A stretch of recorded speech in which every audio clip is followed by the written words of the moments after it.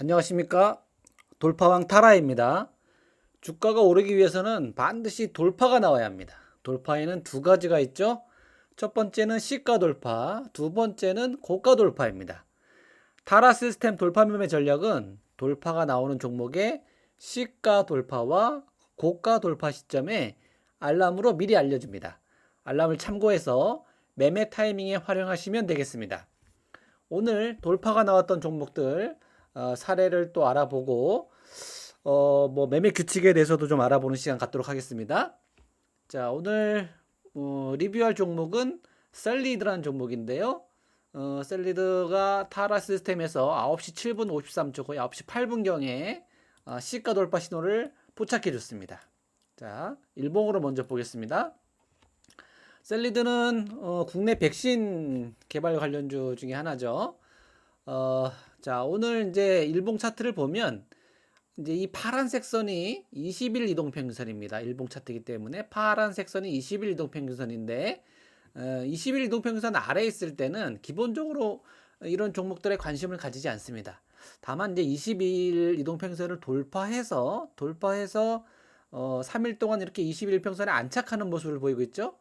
그리고 나서 오늘 앞에 있는 고점들을 돌파하며 갭상승 출발해가지고 강한 돌파가 나왔는데 이런 유형, 그러니까 타라 시스템에서 시도가 나왔다고 다 거래하는 건 아니고요. 어떤 종목일 때 거래하느냐, 그 유형을 한번 정리해 보면 이렇게 종목 선정 기준은 네 가지가 있는데 첫 번째는 신고가 상태에서 도지나 별이 떴을 때 또는 신고가 음봉인 상태에서 다음날 오늘 그러니까 당일 갭상승 양봉일 때 기준이 되겠고요. 두 번째는 전일 음봉일 경우에 위에 음봉이랑 겹치죠? 뭐 꼭 신고가가 아니더라도 전일 음봉이 나왔을 경우에 당일 갭상승 양봉이면 공략하는 포인트가 되겠습니다.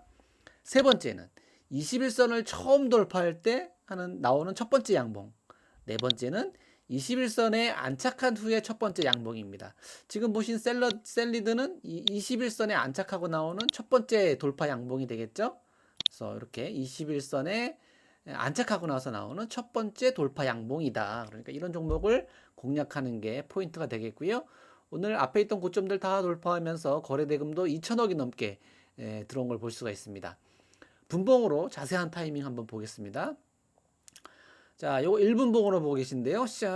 다시 한번 타라 시스템 보시면 9시 7분 53초니까 9시 7분 8분경이죠. 그러니까 자, 8분경이면 7분 8분 요 시점이네요. 요 시점에 다시 시가를 터치하면서 다시 시가 돌파가 나올 수 있으니까 관심 있게 봐라 이 얘기가 되겠고 딱 이 시점에는 시가를 한 옷값 먹긴 먹었는데 움직임이 그렇게 크진 않았죠. 밑에 보시면 거래 대금이 이렇게 들어오지 않은 걸 알 수가 있고 조금 더 지켜보니까 조금 더 수렴하다 다시 시가를 계속 터치하고 있다가 본격적으로 시가를 돌파하는 시간은 9시 20분이었습니다. 9시 20분에 시가를 돌파하고 이때가 첫 번째 매수 타이밍이 되겠죠. 이때 20분의 거래 대금 보면 뭐 이렇게 10억, 20억 이렇게 연달아 들어오는 걸 볼 수가 있고요.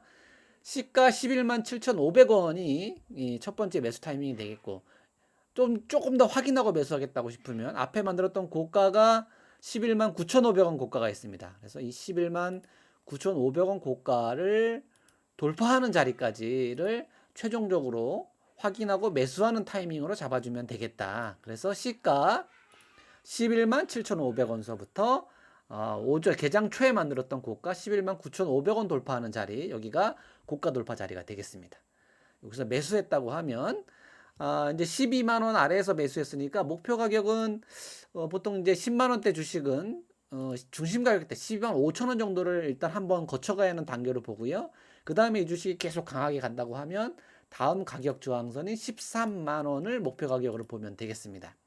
다만 이제 중간에 최종 매도하는 자리는 뭐 이렇게 시간이 좀 지났기 때문에 3분봉으로 최종 매도 자리를 포착한다고 하면 시가 11만 7,500원 개장 초 고가 11만 9,500원 돌파할 때가 매수 타이밍이 되겠고 분할 매도는 12만 5천원 돌파하는 자리부터는 좀 분할 매도 자리, 목표 가격은 13만원, 가격 저항선은 위에서 이제 매도하려고 준비하고 있는데 여긴 터치까지 뭐 9,900원까지만 올라왔다가 조정을 받았죠. 그리고 최종적으로 22평을 이탈하는 자리가 여기입니다. 22평을 이탈하는 자리에서는 최종적으로 매도하자. 여기가 대략 12만 6천 원 정도 다 되겠죠.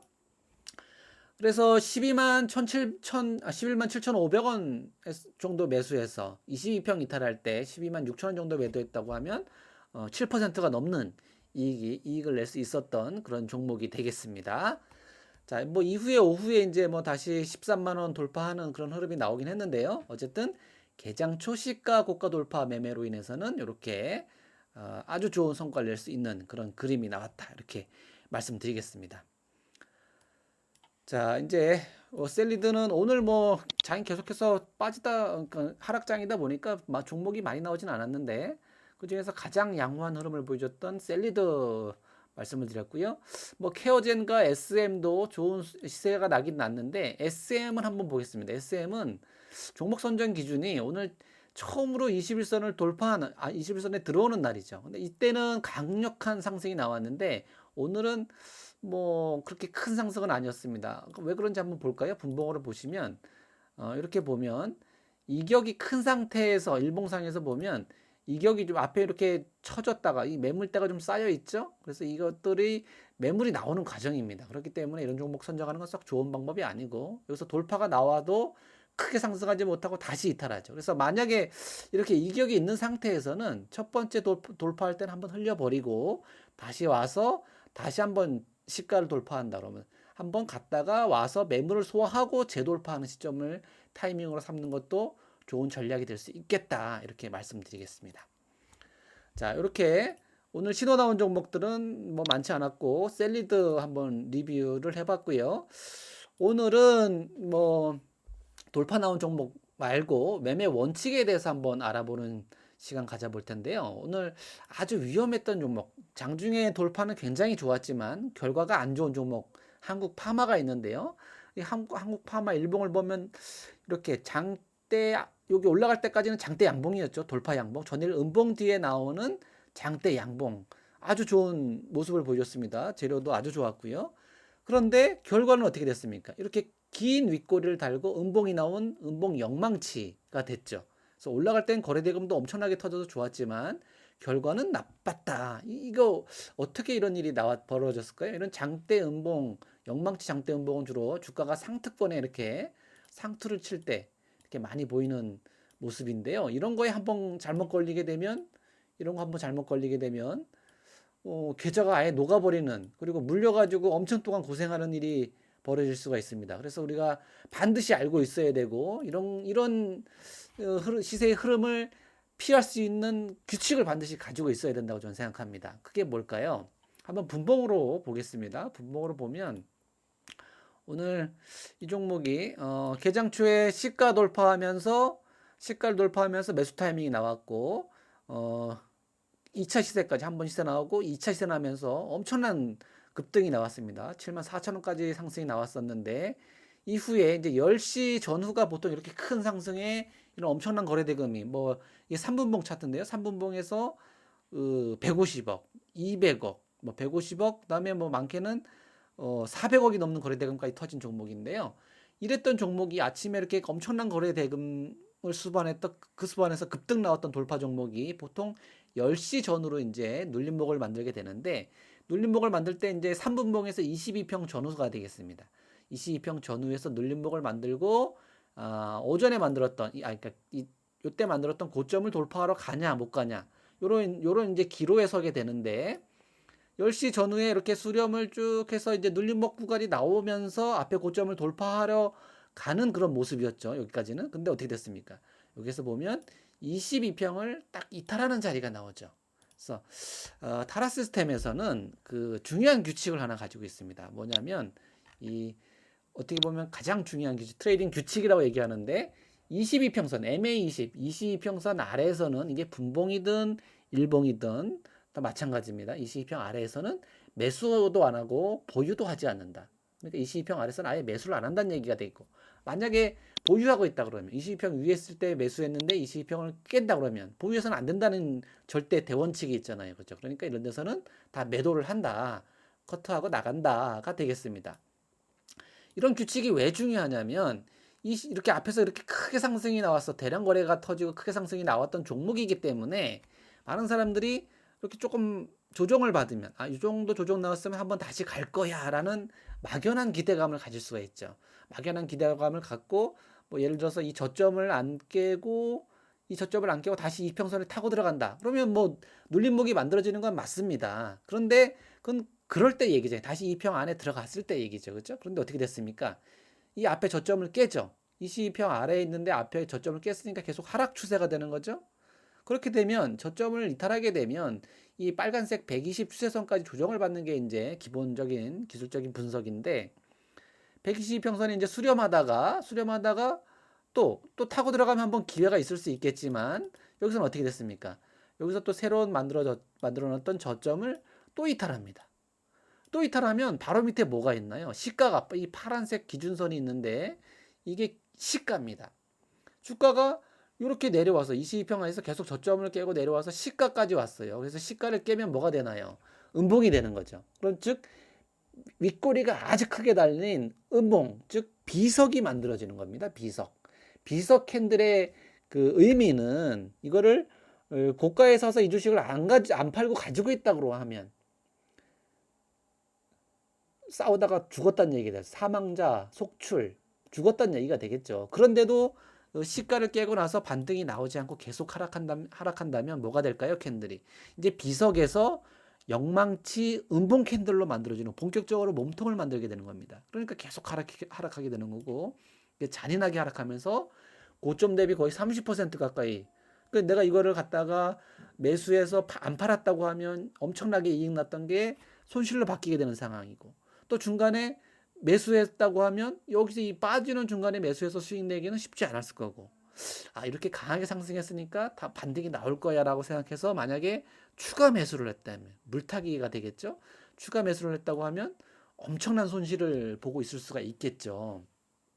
이렇기 때문에 이런 일이 발생할 수 있기 때문에 대원칙으로 트레이딩 할 때 우리가 뭐 이 투자 개념이 아니잖아요. 지금 제가 말씀드리는 거는 돌파 매매는 트레이딩입니다. 트레이딩 할 때는 반드시 22평 위에서 해야 되고 22평 아래에서는 보유도 하면 안 되고 매수도 해서는 안 된다. 이런 대원칙을 지킨다면은 이렇게 한국 파마에서 엄청나게 이익 났던 게 그냥 사라져 버리거나 아니면 이 계좌가 눈 녹듯이 녹아버리는 이런 일은 발생하지 않는다라는 걸 말씀드리고 싶어서 오늘 한국 파마 올라갈 때는 돌파 매매 아주 좋았지만 이평을 깨고 내려갔을 때는 진짜 처참하다. 이런 주식 잘못 건드렸다가는 정말 계좌가 한순간에 녹아내릴 수 있다라는 것을 경고하기 위해서 말씀드리기 위해서 얘기하는 종목이 되겠습니다. 이런 종목이 오늘 참 많았어요. 지금 장이 지수 자체가 21선 이렇게 파란색 선이 21선인데요. 코스피 지수입니다. 21선 아래서 이렇게 하락하다 보니까 이 폭락하는 주식이 굉장히 많습니다. 그래서 이런 것들 특히나 지수가 21선 아래에 있을 때 이런 종목들이 자주 나오기 때문에 조심해야 된다는 거. 그래서 비중을 줄이는 이유가 바로 이런 것들이겠죠. 자, 한 종목 더 사례를 보겠습니다. 한 종목 사례를 보면 예스24라는 종목인데요. 일봉상에서 보면 전일 양봉 나왔는데 오늘 또 한번 강한 상승이 나오면서 이 앞에 만들었던 고점까지 돌파했었습니다. 거래대금이 무려 5천억이 터졌어요. 근데 문제는 역시 한국 파마처럼 올라갈 때는 좋았단 말입니다. 근데 그 이유가 문제라는 거죠. 분봉으로 보겠습니다. 오늘 예스24가 뭐 네이버에 인수될 수 있다라는 그런 뉴스가 나오면서 이렇게 폭등을 했어요. 폭등을 했으면 내가 이 중요한 시가 돌파 자리나 개장 초에 고가 돌파 자리를 놓쳤다고 하면 이걸 따라가면 안 되는 거죠. 그렇죠? 항상 그 타라 시스템에서 얘기한 돌파 매매는 신호가 나오지 않았더라도 기본적으로는 시가 돌파, 개장 초에 고가 돌파를 주된 타이밍으로 삼아야 됩니다. 그 이후에는 타이밍 잡기가 어려워요. 전문 스캘퍼가 아닌 이상은 이런 것들을 공략하기가 어려워요. 그런데 여기에서 이제 수직으로 이제 급락이 나왔습니다. 수직으로 나왔어. 이렇게 급등했는데 2평 자리까지 내려오니까 2평을 깼는데 이러면 싸게 살 수 있는 기회구나라고 생각해서 이걸 매수했다고 하면 어떻게 됐을까요? 결과는 시가를 깼어요, 여기서. 그러니까 바로 반등 안 나고 시가를 깼어요. 그러니까 루머가 사실 무근이다라는 다시 뉴스가 나오면서 제자리 돌아간 건데 제가 볼 때는 어떻게 보면 요 종목 일봉상에서 이거 장난질을 한 것 같아요. 이거 어떻게 보면 이 앞에서 물린 세력들이 요거 물량 털기 위해서 이제 뉴스 내보내고 물량 털고 나간 게 아닌가 싶기도 하고 하여튼 뭐 그런 어쨌든 간에 중요한 거는 내가 기준을 지켰다고 하면 이런 어처구니 없는 시세를 맞지는 않았겠죠.